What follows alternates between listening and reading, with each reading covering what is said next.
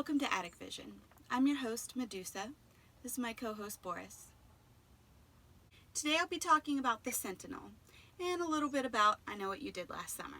If you dig this kind of thing and you want to be in the know on my future videos, then please subscribe and check out my Instagram. It's linked in the show notes below. There's more collections of my stuff and occasionally me as well.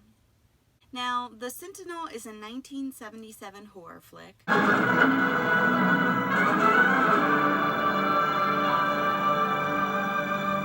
It is based directly off of the 1974 novel by the same name.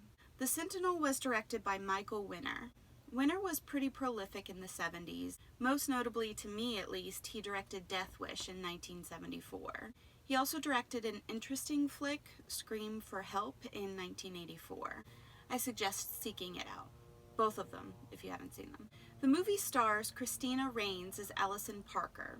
She also appeared in Nightmares in 1983, and Chris Sarandon as Michael, whom we all know from Fright Night 1985, Princess Bride 1987, Child's Play 1988, so on and so on. There's also just a flurry of cool people that have small roles in the movie. There's Christopher Walken, Beverly D'Angelo, Jeff Goldblum, Jerry Orbach. The film obviously had a pretty big budget. It was filmed mostly in Brooklyn, and last I checked, the brownstone that it was filmed actually does still exist. The movie, despite all of its pros, was not very well received. It was somewhat panned over piggybacking off of Rosemary Baby's success from 1968. The novel was written by Jerry Convitz. He actually also helped produce and write the screenplay for the movie. The Sentinel is his most well-known piece of work, and he did write a sequel to it in 1979 called The Guardian. In addition to his novels, he actually did do a fair bit of production work. He worked on Silent Night, Deadly Night in 1974, Cyborg 2 in 1993, and Bloodsport 2 in 1996, just to name a few. Now, the novel and the screenplay obviously resemble each other quite a bit because of this relation. With that said, though, there are some very, very huge differences between the two, and honestly, they kind of wildly differ at parts. One of the real downfalls of the movie is kind of the flow of the story. This is not a problem in the novel, because we are giving so much more information while reading it. If you read the novel and then you turn on the movie will actually make a little bit more sense because of it. But that's also somewhat irritating because there are so many aspects in the novel that I wish could have been incorporated into the film a little bit better. A lot of things obviously were left out due to time constraints, budget, what you can actually make happen on screen, and so on. The initial setup is somewhat different. There's a big jump that cuts off much of the novel in the screenplay. I think the beginning of the novel helps set up the story quite nicely. You don't really get that in the movie. They kind of explain it in bits going forward. Allison is a model and Michael is a lawyer in both. But their relationship and dependency on one another is quite different than what we see in the movie. How it's written in the novel works much better. Allison is trying to be more independent in the novel than what we see in the movie, even though there is mention of her getting an apartment by herself over living with Michael and all of that. But her father has just passed away and she's moving to New York. That's not something that happens during the course of the novel like it does in the movie, and she also hasn't been living in New York the entire time like the movie suggests. But moving past that, the crazy scene with her father resulting in her first suicide attempt does exist in both. This scene, we know, leads her to kind of re-find her religion, and she starts wearing her crucifix necklace again. The epically amazing cat birthday party scene also happens in both. Everybody listen. That's right. I want you to meet Allison Parker. She's just moved into 2A. But the way she finds out about the history of the guests, specifically Anna Clark, is so different in the novel. It's actually a really strange setup with a wax museum. It's an interesting scene. I definitely understand why they did this a little bit differently in the movie. also because of the time that would have gone into making this scene happen. But it was a part that I really liked in the novel because it was so strange. And this novel is really meant, this story is really meant to be strange. The middle of the film does drag a little, but in the novel you don't really get that feeling. Michael is a much more complex character in the novel. I actually liked him a lot as a character. He's presented a bit more relatable. How the Sentinel files are found and that whole night that Michael leaves is a bit different as well. It's played out much better. And don't get me wrong, I do enjoy how it's played out in the movie as well.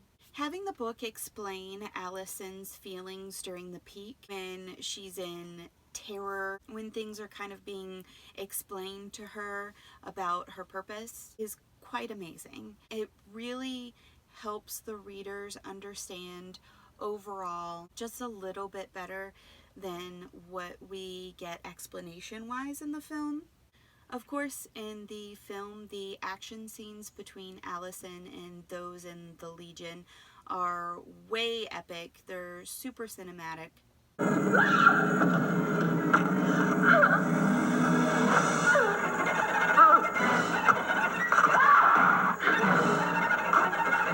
A bit crazier than what's explained in the book, but I absolutely get this difference. And I appreciate it because I love the end of the movie. You are the chosen of the Lord God, the tyrant and our enemy. You are she who is to guard and protect the entrance to this earth. Overall, if you're into this subject, I definitely recommend checking out The Sentinel if you've never done so. Particularly if you've watched the movie and you've never read the book, I challenge you to read the book and then rewatch the film. Please do keep in mind that this book was written in the 70s, the early 70s, and there are scenes and language that may offend some people. Now, as a bit of a bonus, I also wanted to talk briefly about I Know What You Did Last Summer. Now, I'm sure a majority of you have seen the 1997 slasher film with the all-studded 90s cast: Jennifer Love Hewitt, Sarah Michelle Gellar, Freddie Prinze Jr., and Ryan Felipe. I didn't go out and scrounge up a copy of the film on VHS because I don't care to have it. I've seen it a million times. Anyways. The novel, however, was written way before in 1973. It was written by Lois Duncan for young adults. Lois Duncan is a pretty famous writer of the time. If you're interested, definitely look her up and all of her work. The novel and the book are wildly different. The screenplay is just loosely based on Lois Duncan's work. The elements which do carry over are the famous note, as well as the main characters' names and character roles, if you will. Julie is still the girl next door, but she has red hair in the novel. Helen is the pretty one, but she doesn't do pageants in the novel. She works for a local TV station. Barry, her boyfriend, is sort of the jock character. And Ray, Julie's sort of boyfriend, is the same challenged Ray who goes off to go fishing. The first big notable difference between the two, though, is the accident. In the novel, they don't hit an old fisherman. They actually hit a child on a bike. There's also no going back and getting him and dumping him in the water and making a pact like they do in the movie. In the novel, they just hit and run and then make a pact later. As the novel unfolds, the differences become more and more apparent and the storyline takes a diversion. However, there's weird similarities, like the strange family visit scene. There's something like that in the novel as well. But really, the whole twist is much different. The novel is very much more of a character-based story than a slasher like what we get with the film. But it's still a pretty good read, and it's a super quick read if you're interested in checking it out. Please leave me a comment. Let me know what you think of these titles, or if you have any in mind that you'd like to see me review at a later time. And check out my other videos. Once again, don't forget to subscribe and check out my Instagram. Thanks so much for tuning in. You've just watched Attic Vision. I'm Medusa.